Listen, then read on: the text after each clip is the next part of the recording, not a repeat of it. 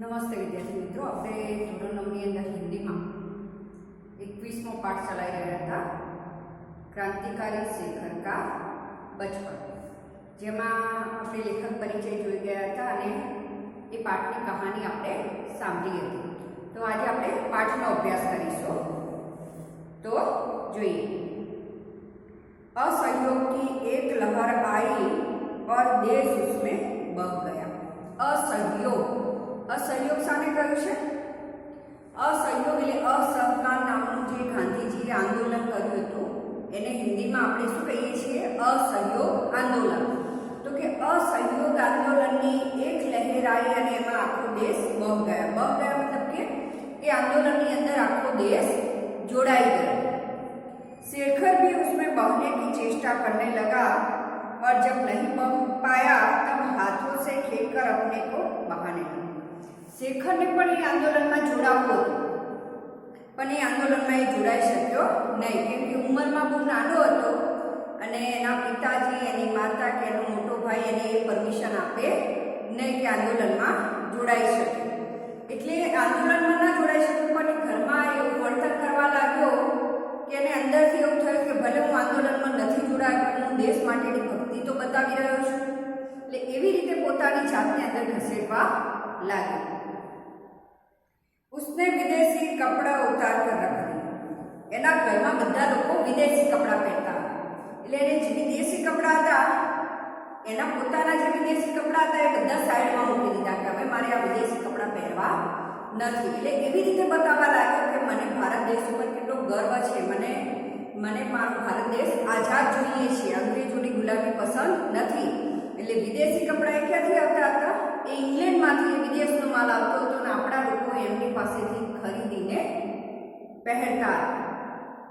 એટલે શેખરે નક્કી કર્યું કે આજથી હું આ વિદેશી કપડાં પહેરીશ નહીં. એટલે વિદેશી કપડાને શું કરે છે? સાઈડમાં મૂકી દે છે. दो चार मोटे देसी कपड़े उसके पास थे.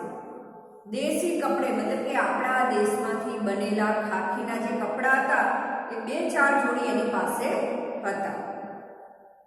વહી પહેરને લગા. વિદેશી કપડા મૂકી દીધા અને આપણા દેશમાંથી જે કપડા બનેલા હતા એ પહેરવા લાગે છે. क्योंकि इतने देसी कपड़े उसके पास नहीं था, बाहर घूमने मिलने जाना उसने छोड़ दिया. क्योंकि इतने देसी कपड़े उसके पास नहीं था कि वह बाहर जा सके. એને બહાર ફરવા જવાનું બંધ કરી દીધું. કેમ કે એટલા સારા દેશી કપડા એની પાસે નહોતા કે પહેરીને બહાર ફરવા જઈ શકે. એની પાસે કપડા ઘણા હતા, પણ કયા કપડા હતા? વિદેશી, મતલબ કે ઇંગ્લેન્ડમાંથી બનેલા જે કપડા હતા એ એની પાસે, એના ઘરમાં બધા વિદેશી કપડા પહેરતા હતા તો એની પાસે સૌથી વધારે વિદેશી કપડા હતા. એટલે બહાર ફરવા જાય તો પણ વિદેશી જ કપડા હતા. તો એ વિદેશી કપડા પહેરવા માંગતો નહોતો અને બે ચાર જોડી એની પાસે દેશી કપડા હતા જે બહાર પહેરી ફરવા જઈ શકે એમ હતો નહીં. એટલે એને શું કર્યું? બહાર ફરવા જવાનું બંધ કરી દીધું. प्राय दोपहर को वह ऊपर की एक खिड़की के पास जाकर खड़ा हो जाता. प्राय मोटे दोपहर એટલે બપોરના સમય એક ખિડકી કે પાસ જાકર ખડા હો જાતા. મોટા ભાગે શું કરતો? બપોરના સમયે જ આ રેલી નીકળતી. અસહયોગ જે આંદોલન હતું એની રેલી બપોરના સમયે જ નીકળતી. એટલે બપોરના સમયે બારીમાં ઉપરના ભાગે જઈને બારીમાં જઈને બેસી જતો હતો. और बाहर देखा करता. એ બારીની પાસે ઊભો અને બહાર જોયા કરતો કે અમને આંદોલનની રેલી નીકળશે, नारा बोलासे, ये જોઈને खुश થતો હતો. कभी दूर से जब बहुत से कंठों की संवेद ले सामूहिक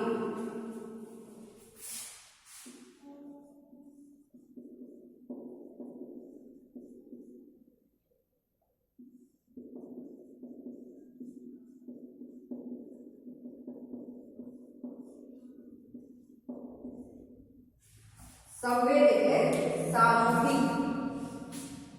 સામૂહિક પુકાર પુસ્તક પહોંચતી. જ્યારે બહુ બધા કંઠોની સામૂહિક પુકાર એની પાસે પહોંચતી હતી. મતલબ કે જ્યારે રેલી નીકળે એટલે કેટલા બધા લોકોનો કંઠનો અવાજ હોય, એટલે કે કેટલા બધા લોકોનો જે નારા લગાવતા હોય એ અવાજ શેખરની બારી સુધી પહોંચતો હતો. એ નારા લગાવતા હોય છે કે ગાંધી કા બોલબાલા દુશ્મન કા મુંહ હો કાલા. જ્યારે રેલી નીકળે છે ત્યારે ગાંધીજીનો જય જયકાર કરાવે છે અને દુશ્મનનું મોઢું કાળું.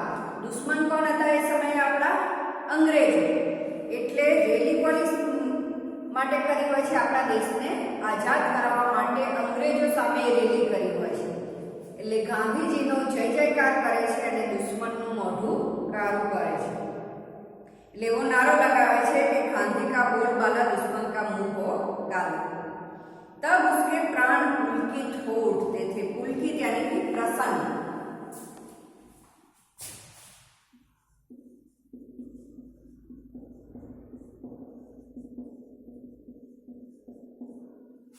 ત્યારે એના પ્રાણ પુલકિત થઈ જતા હતા, એટલે કે ખુશ થઈ જતા હતા. अपनी खिड़की से पुकार उठा गांधी का बोलबाला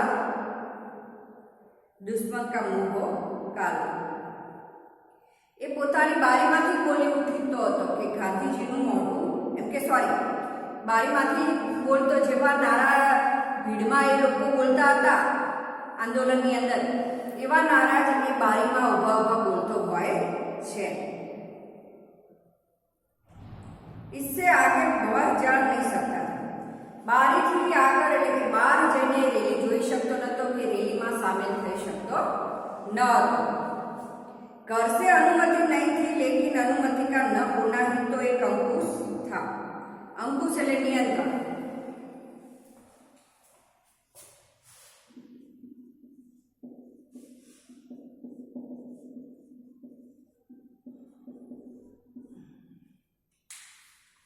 अंकुश એટલે नियंत्रण. इसके आगे वह जा नहीं सकता था. घर से अनुमति नहीं थी, लेकिन अनुमति का ना होना ही तो एक अंकुश था. એટલાથી આગળ તો બારીથી આગળ તો જઈ શકતો નતો કે બહાર જઈને રેલી જોઈ શકે, એમાં સામેલ થઈ શકે. અનુમતિ, એને અનુમતિ આપી ન હતી. અનુમતિ એટલે ઇજાજત.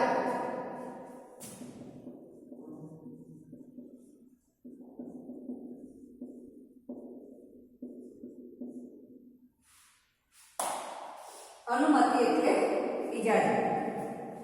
ઘરમાંથી એને अनुमति मिली न थी कि थैली में जोड़ाई सके. अनुमति न होना ही तो एक अंकुश था. એને अनुमति नहीं आपी એટલે જ એના માટે અંકુશ એટલે એક બંધન લાગતું હતું, નિયંત્રણ લાગતું હતું કે હું મારી રીતે રેલીમાં પણ જોડાઈ શકતો નથી. जो निरंतर उसे कोई मार्ग ढूंढने के लिए प्रेरित किया करता था. निरंतर એટલે સતત, લગાતાર કે સતત એને માર્ગ શોધવા માટે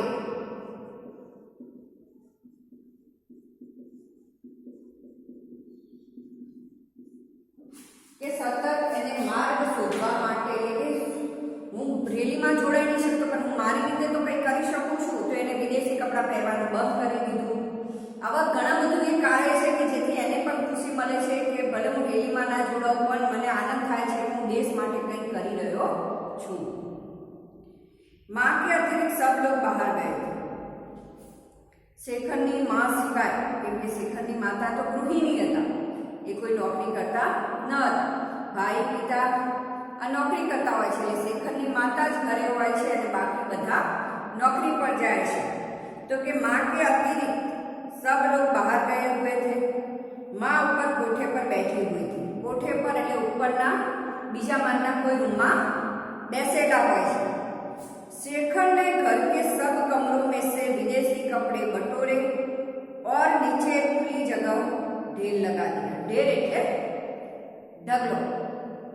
શેખર શું કરે છે? ઘરમાં બધાના જુદી જુદી અલમારીમાં જે કપડાં પડ્યા હોય કબાટની અંદર, એ બધાના વિદેશી એટલે કે ઇંગ્લેન્ડમાંથી જે માલ બનીને આવ્યા હોય, એ જે વિદેશના કપડાં હતા, એ બધા કપડાં લાવીને આંગણમાં ઢગલો કરી દે છે. બધાના કબાટમાં, પોતાના, ભાઈના, પિતાના, એની માતાના, બધાના કબાટમાંથી કપડાં લાવીને આંગણમાં ઢગલો કરી દે છે. माँ ऊपर कोठे पर बैठी हुई है, माँ ने कहीं खबर होती नहीं. फिर लैंप लाकर उन पर मिट्टी का तेल उड़ेला. मिट्टी का तेल का मतलब था घास तेल.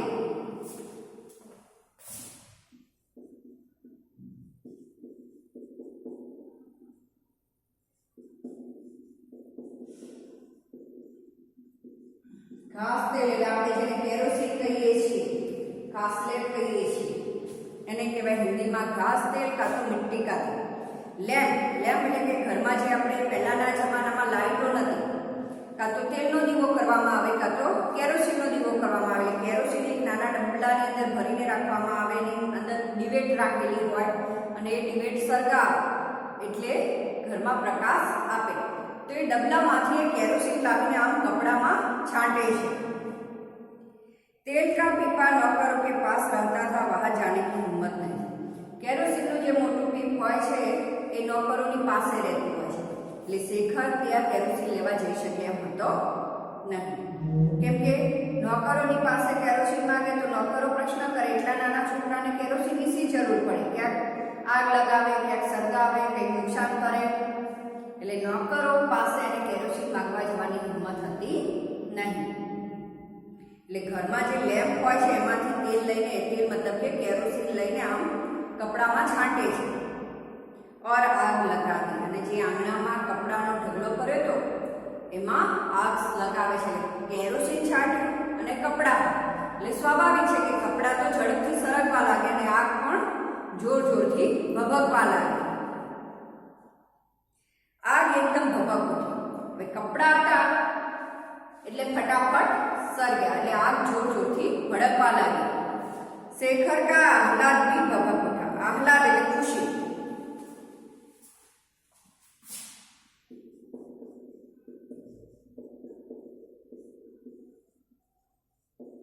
ખુશી અથવા પ્રસન્નતા. શેખરની ખુશી પણ આમ વધવા લાગી, ખુશ થઈ જાય છે અને એટલી બધી ખુશી થાય છે કે એને વિદેશી કપડા બધા સળગાવી દીધા. એને શું હતું કે હું બધાના વિદેશી કપડા સળગાવી દઈશ એટલે પછી બધા દેશી કપડા લાવીને ઘરમાં પહેરશે. એટલે ખુશ થઈ જાય છે કે મેં બધાના વિદેશી કપડા સળગાવી દીધા.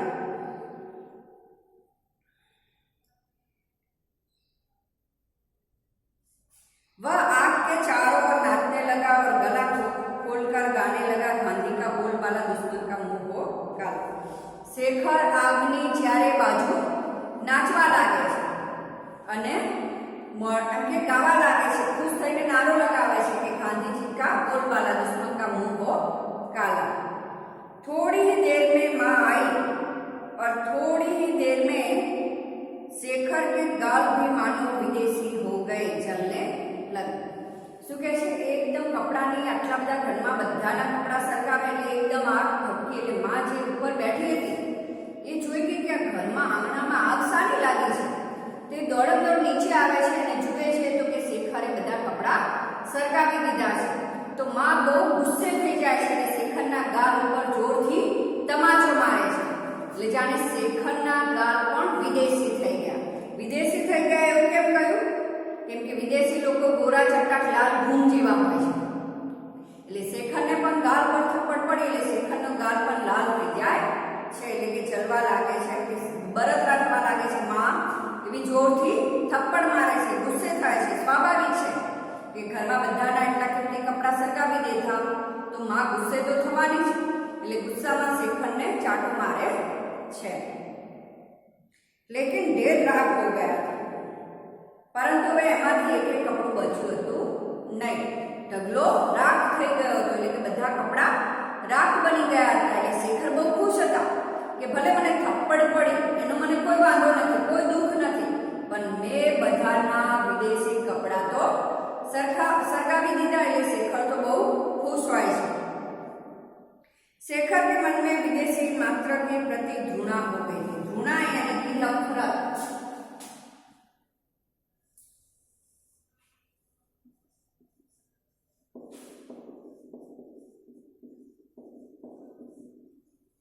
શેખરના મનમાં વિદેશીઓ પ્રત્યે નફરત થઈ ગઈ હતી.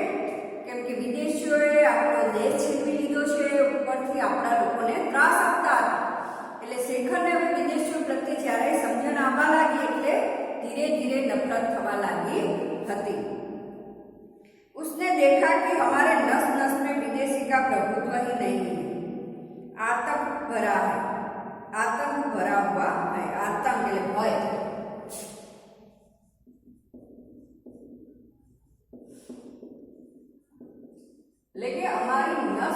સમય કે વિદેશીપણું નથી, પણ જે અમે કરીએ છીએ ને કામ એમના માટે, એ શા કારણથી કરીએ છીએ? ભયના કારણે. એ લોકોનો ભય છે. કેમ કે રાજ કોનું ચાલતું હતું? અંગ્રેજોનું. અંગ્રેજોએ આપણી પાસેથી આપણો દેશ છીનવી લીધો હતો અને એમની સરકાર હતી.